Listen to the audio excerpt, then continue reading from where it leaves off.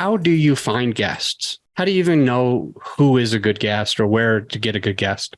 Well, for me, as I got into this place of moment where I'm understanding that I've got to start getting people back on the show and having those interviews again, because it has been several months.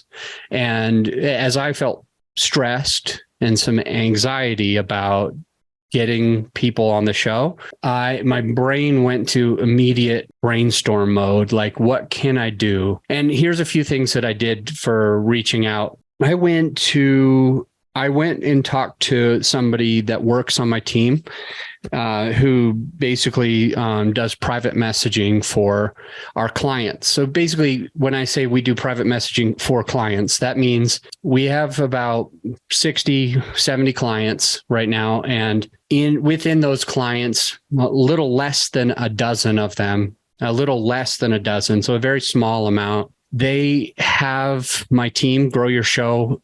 We have my team. They've hired us in order to grow their podcast listener base. And we do a few things with that. We like do Facebook ads, YouTube ads, Google ads. We do banner ads. Sometimes we do email ad campaigns. And we've done some really cool things. And one of the things that works the absolute best, and in fact, I was interviewed on John Lee Dumas, JLD's Entrepreneur on Fire, about this as well. It's the private message campaign, because it's hard to achieve a better result than with what you can do with a private message campaign, reaching out directly to somebody. So I have this team that already does that. And I said, hey, I need you to divert some of your time and make sure that we need to get some guests on our show. And so what I basically had them do is go reach out to past guests from the show and ask for referrals. So it's like, hey, you've been on the show. You were a great guest. You were on episode 150 or whatever episode number that they were on. You were episode 150.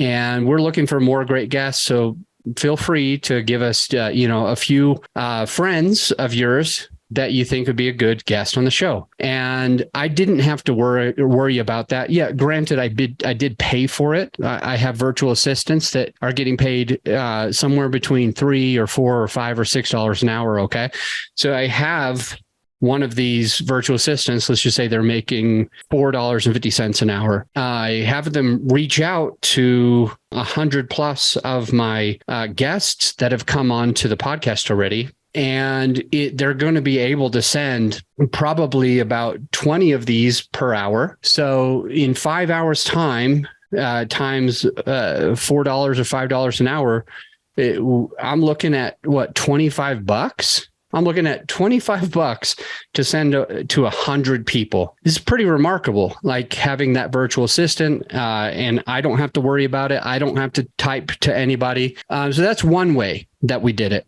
I had my VA, one of my VA virtual assistants, I had them reach out to past guests on the show and ask them for referrals. Another thing that I did is I went to some of the top people in podcasting that I know that serve other podcasters. And I asked them, because they've got a good network of other podcasters. And actually, for me, I only interview people who have podcasts. So it's called The Podcast on Podcasting. Of course, it's for podcasters by podcasters. So it's the people that I interview have a show as well. So I'm reach out to, Alex Sanfilippo and Deidre and a couple others. And I just say, hey, who do you recommend? Who would be a top choice for a guest on my show?